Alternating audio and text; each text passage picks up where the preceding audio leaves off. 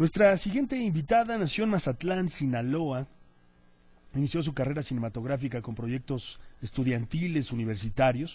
Su cortometraje titulado Venecia, Sinaloa, participó dentro de la sección oficial en competencia del Festival Internacional de Cine de Morelia en el 2011. De igual forma, este audiovisual participó en el International Student Film and Video Festival of Beijing Film Academy, el Festival de Viña del Mar, el Festival Internacional de Rengo, entre otros. Durante el 2012 fue ganadora del 12º Concurso Nacional de Proyectos de Cortometraje realizado por el INCINE con su proyecto Porcelana, el cual formó parte de la selección oficial del Festival Internacional de Cine de Guadalajara, el Festival del Nuevo Cine Mexicano de Durango. Cabe destacar que su distribución por diferentes festivales nacionales e internacionales apenas está comenzando. Actualmente se encuentra a punto de estrenar su primer largometraje, este documental que ya tuve la oportunidad de ver el día de ayer y del cual vamos a conversar en un momento. Se llama Los Reyes del Pueblo que nunca existió, audiovisual que fue filmado en la localidad de San Marcos, en Sinaloa, el cual retrata la vida de 3 familias en este desolado espacio. Este largometraje documental ha sido multipremiado, 47 o más de 47 premios lleva hasta el momento, tanto en nuestro país como fuera de él, y por su gran valor informativo, el New York Times la buscó para realizar una colaboración especial, un corto más corto, como de 10 minutos, que también es especial, y también tuve la oportunidad de ver. Está en el sitio del New York Times, si ustedes lo quieren consultar, y se llama On Silence. Ese es el mini documental que hizo para el New York Times, debido a este trabajo que hoy la trae aquí a este espacio a Betsabe García, que además pues es una cineasta muy, pero muy joven. Digo, no es educado preguntarle la edad a las mujeres, pero ¿cuántos años tienes, Betsabe? ¿25? No, 26. 26 años. Bienvenida, Betsabe. Me da mucho gracias. gusto conocerte. ¿Cómo estás? Igualmente, estoy muy contenta de estar acá y contenta de que ya vamos a estrenar Los Reyes del Pueblo que no existe. ¿Se va a estrenar en cartelera? Sí. ¿Abierta? Sí, va a estar en la Cineteca el 22 de marzo, va a estar en Mazatlán, Guadalajara, Monterrey, Tijuana. Entonces estamos bien contentos. ¿Te imaginabas el éxito que ibas a tener con este documental? No, la verdad no. Fue muy repentino. Yo empecé cuando tenía 19 años. Y pues prácticamente nos fuimos a vivir a ese pueblo inundado en medio de la sierra sinaloense, en medio de la guerra contra el narco. Éramos el cinefotógrafo Diego Tenorio y yo, y la verdad es que ver esas 3 familias viviendo ahí cada día, y aparte una tortillería que hace tortillas todos los días. Es un personaje dentro del documental importantísimo, la tortillería misma, ¿no? Sí, como vemos, el burro, como el perro, ¿no? Vemos cómo están tratando de reconstruir un pueblo que está destinado a destruirse, cómo la naturaleza se va comiendo el pueblo poco a poco, y estas familias persisten y luchan contra la naturaleza y contra la construcción de la presa y todo lo que implicó. Vamos a poner un poco en contexto a nuestro público antes de hablar del documental mismo, ¿no? Este documental retrata la historia de este pueblo San Marcos, en Sinaloa, que fue prácticamente inundado por esta presa Picachos en el 2009, ¿no? La presa inundó por completo el pueblo, y toda la gente, la mayoría de ella, tuvo que irse a otros lugares porque era prácticamente imposible vivir ahí, ¿no? Solo 3 familias de personas mayores decidieron quedarse, ¿no? Y tú retrataste la historia de estas 3 familias y del pueblo mismo, que es un personaje per se, ¿no? Ahora, ¿no? El pueblo como tal, ¿no? ¿Cómo llegó a ti la idea de retratar esta historia tan terrible? El documental es muy bello, y contrasta completamente con la historia, ¿no? Que es terrible. Pero ¿cómo llegó a tus manos la historia de Atilano, la historia del pueblo, y decides retratarla así? Yo soy de Mazatlán, a media hora del pueblo de San Marcos, y cuando me entero que ese pueblo se ha quedado inundado junto a otros 5 pueblos, a través del movimiento de los desplazados de la presa Picachos, conocí el lugar, y para mí fue fascinante. De hecho, me mudé al pueblo de San Marcos.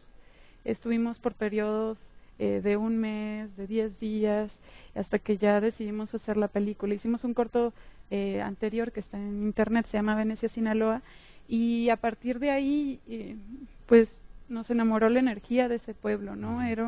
Es un pueblo apocalíptico, totalmente destruido. Ves cómo los animales están repoblando el lugar. Como dices tú, los animales también son personaje importante en la película. Entonces ves poco a poco cómo cómo a pesar del agua, a pesar de la violencia que se evita ahí, porque una de las cosas que tocamos es el miedo que se siente en las noches, los disparos a lo lejos, y cómo hay una energía tan sinaloense, tan positiva de querer estar ahí pese a todo, ¿no? Escuchar banda sinaloense. La felicidad de los personajes, ¿no? De Jaime, de Yoya, de Pani, de Paulita, de Miro. La felicidad es impresionante, ¿no? Ellos son personas felices, lo transmiten a través de la pantalla, ¿no? Es increíble. Oye, ¿conociste a Atilano Román Tirado, a este líder que fue asesinado en el 2014 al aire, ¿no? En su programa de radio? Él era un hombre de campo, según tengo entendido, que logró trascender y de alguna manera representó a todos los habitantes de este pueblo que estaban exigiendo pues sus derechos al ser pues al tener que dejar su pueblo por los problemas que le causó esta presa. ¿Conociste a Atilano? Sí. Me llamó la atención, ¿por qué no retrataste esa parte que retrataste en el documental del New York Times en tu documental en Los Reyes del Pueblo que no existe? ¿Por qué no decidiste poner la parte de Atilano en el documental? Porque la historia de Atilano fue muy dolorosa y hablaba justo de la lucha del movimiento de los desplazados, de los demás pueblos que sí quedaron totalmente bajo el agua y que tuvieron que reubicarse, de la búsqueda que tenían como movimiento, que les pusieran, que los indemnizaran correctamente, agua, luz, y además del asesinato impune de Atilano Román Tirado en la cabina de radio de Mazatlán en vivo. Y para mí era importante hacer un cortometraje que solo hablara de eso. Un trabajo aparte. Sí. Unsilence habla de una persona, de Atilano Román, que sabía que iba a morir, pero que pese a todo tenía que seguir en la lucha. Y él lo dice ahí en el cortometraje: yo sé que voy a morir, pero alguien tiene que estar al frente. Y se trata de un renacer, del renacer de los pueblos.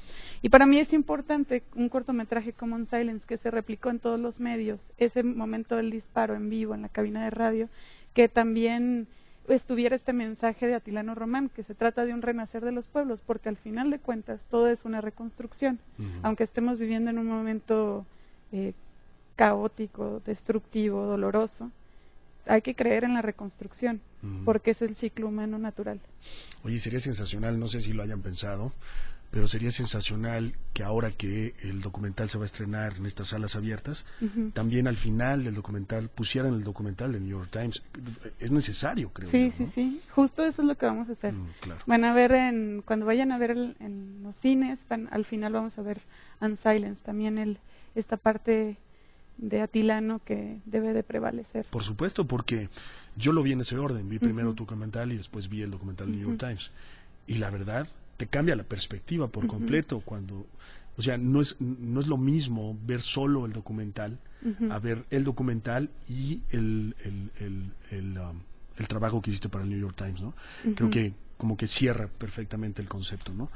Sí. Pero hablando del documental, trabajaste mucho en la fotografía, ¿no? Los espacios, es increíble, ¿no? Lo contrastante que puede ser el caos, ¿no? O lo bello que puede llegar a ser el caos, ¿no? Sí, así es. Hay el pueblo San Marcos, como está así inundado, prácticamente abandonado, resulta ser un pueblo mágico, ¿no? Bello. Los colores, ¿no? Imagínate una iglesia en medio de ese lugar que además está intacta, que la están reconstruyendo, y cuando sube el agua, porque el agua se vuelve a sube y destruir, baja, exactamente. Sube y baja. Lo vuelve a destruir todo y no les importa, esperan a que el agua baje para volver a reconstruirlo, y eso es así de todos los años, y ya llevan más de 7 años así. Increíble. Y sigue, y no sigue. se van a salir. Ajá, y también hay esa historia como la de una vaca atrapada en medio de la isla, que el señor todos los días va a llevarle tortillas. Tiene algo ahí de realismo mágico, que para mí esos pequeños detalles, como una tortillería que hace tortillas todos los días en un pueblo abandonado y que además es la única que abastece a los demás pueblos, pues funciona como una especie de corazón para la historia y para el mismo pueblo. Entonces, a través de esos datos, a través de esos detalles fue que tratamos de un poco contar lo que es vivir en San Marcos y la energía de su gente. ¿Tú estuviste ahí? Sí. ¿Te quedaste ahí? Sí. ¿Dormiste ahí? Sí, estuvimos ahí durante 5 años. Y no estuvimos filmando todo el tiempo, también nuestra... Sí, se vio. Se vio, por ejemplo, eso lo entendí en la escena esta que es sensacional, en donde pones la cámara en la luz, en la lámpara de la calle, ¿no? Ajá. Y empieza a prender poco a poco, luego más incandesce, termina iluminando todo el área. Ajá. Y para que ella pudiera darse cuenta de cómo funciona esa lámpara, ajá, y querer hacer lo que hizo, tuvo que pasar mucho tiempo ahí en el pueblo. 5 años estuviste ahí. Sí, así, bueno, nuestros procesos creativos, con Jaimito y Yoya en su casa. Ahí nos poníamos, ¿no?, a editar, y Jaimito y Yoya nos echaban un ojo, y hasta dormíamos en la parte de afuera. Imagínate, en medio de la guerra contra el narco, nosotros de 19 años, de repente escuchábamos balazos a lo lejos, pero siempre había este cariño y este amor de ellos hacia nosotros, que pues nos quedamos ahí. El sentido de pertenencia, ¿no? Es impresionante, ¿no? La identidad también, ¿no? De no abandonar su tierra, porque su tierra son ellos, al fin y al cabo, ¿no? Es increíble. Es increíble. ¿Extrañas San Marcos? Sí, lo extraño mucho. Pero ahora estoy viviendo con el personaje de mi siguiente película. O sea, te digo, somos muy de irnos a vivir al pueblo de San Marcos. Ahora estoy ya viviendo con Miki desde hace 2 años y medio, mi siguiente película. ¿Que también tiene que ver con San Marcos? No, él es de Mazatlán también. Y él desde los 11 años comenzó a vestirse de mujer y se hizo muy famoso en YouTube. Tiene más de 250,000 seguidores. Entonces, sobre la construcción de un personaje online, y además estar viviendo con él me ha permitido también como que él me conozca mucho y yo también a Miki, ¿no? Y también cuestionarnos muchas ideas del género y de ficcionar cosas. Entonces está volviendo. ¿Ese es tu siguiente proyecto? Ese es mi siguiente proyecto. ¿Cómo se llama? Se llama #Miki, que de hecho vamos a hacer un crowdfunding en búsqueda de la financiación del proyecto, porque ahorita estamos en desarrollo. En Kickstarter, a partir de la siguiente semana. ¿A partir de la siguiente semana? Sí. Bueno, me das los datos con mayor precisión ya cuando esté ahí para darlos al aire y se pueda realizar. ¿Cuándo podremos ver ese material? Pues ya nosotros tenemos 2 años y medio filmando. Esta película está hecha con puro material de video selfies, todos esos selfies íntimos, súper personales que no quieres mostrar a nadie. Pues justo cuánto te expones por tener más fans, followers, y está. Entonces es un documental también la fama muy a cualquier precio. Ajá, ¿no? Sí. Está sensacional. Es un placer conocerte, Betsa. Muchas gracias. Te felicito por este trabajo. Ojalá que tengan la oportunidad de verlo.